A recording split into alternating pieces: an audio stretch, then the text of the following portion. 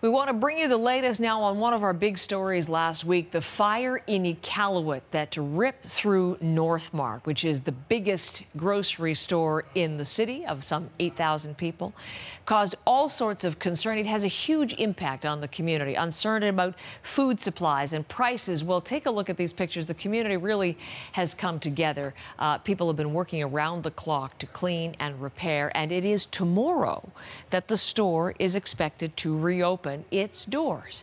So definitely we want an update on the situation. The mayor is with me this morning. Let's say hello. Mayor Madeleine Redfern, the mayor of Iqaluit. Good morning. I'm glad to see you this morning. Good morning, Heather. So happy to be with you. Well, I bet, and ahead of tomorrow, the big day for the community. So fingers crossed. I guess I understand final inspections today, and that's pretty much the last step? Well, it's important that the public health and the city officials ensure that the store is safe for people to go in, but all indications look very solid. The Northwest Company has been working around the clock, as you said earlier, 24/7, clearing out the old merchandise. The public health required all the perishable items to be thrown out and taken to the dump and buried. That's been done. I've seen new groceries being taken into the store late last night. That is amazing, because as we look together at what your community looked like just a week ago and see these fire images again, it's incredible to me that you're able to reopen so soon. It's really, I mean, I guess as I listened to your first answer, it's really been a massive effort and a coming together. But how have you been able to do this so quickly? Well, Northwest Company is a large retailer. It has a lot of resources. It hired a lot of our people to go in and clear out everything. They've have contractors. It sustained significant water damage from the sprinkler system, as well as possibly from the water that was being used to fight the other buildings that were attached to this main store. And it's, I mean, no one expected, truth be told, that they would be able to open up so quickly. Best case scenario, we thought, you know, a month or so. There were some people who were thinking that it would probably open, you know, next year.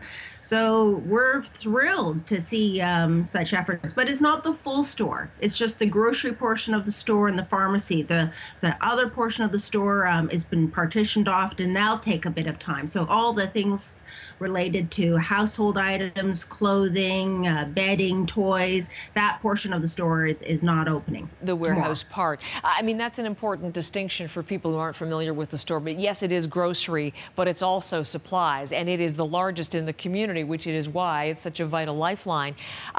The part that was being stored there were concerns, Mayor Redfern, initially about non-perishables, pastas, diapers, things like that, because it was the warehouse that really went up in flames. I'm wondering, the concerns initially about shortages, do you think those are going to materialize, or what's your view on supplies? The other stores in our community have indicated that they've got quite a lot of that supply on hand right now. Northwest Company is, of course, trying to ensure that they can start rebuilding that warehouse as quickly as possible. They've committed to bringing in everything that our community needs in the interim, and taking a loss, taking a hit, because it's significantly more expensive to fly in those heavy dry goods or bulky items like toilet paper, Pampers, pasta, rice. Those are very heavy items. So it looks good that, you know, sometime in the near future, Northwest Company might have that warehouse built sooner than we even could imagine. I'm really liking the direction of this interview. It is a much better situation a week on than, as you say, we certainly might have expected. I should check on the elders, because they were part of the story last week. Their care home is right in the vicinity of the building, and it was close to the fire, and they had to be evacuated and relocated. How and where are the elders today? The elders are back home. thankfully, they didn't have to be away from their home for very long. They were temporarily put up in a hummock, which is an elder center attached to their home, and then taken to a hotel for a couple nights when it was clear that there was going to be a lot of heavy machinery around their place to tear down the warehouse and remove all that debris.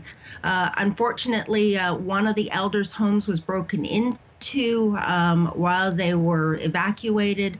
And it's unfortunate that that happened. It's definitely caused a lot of stress to that elder, and all efforts are in place to replace the window that was broken and the goods that were taken. Okay. I hate to end it on a down note like that. Some looting obviously is a negative, but clearly from our conversation, this should be tomorrow a good news day for your community, and we will be thinking of you. Mayor Redfern, I thank you for your time this morning. Thank you.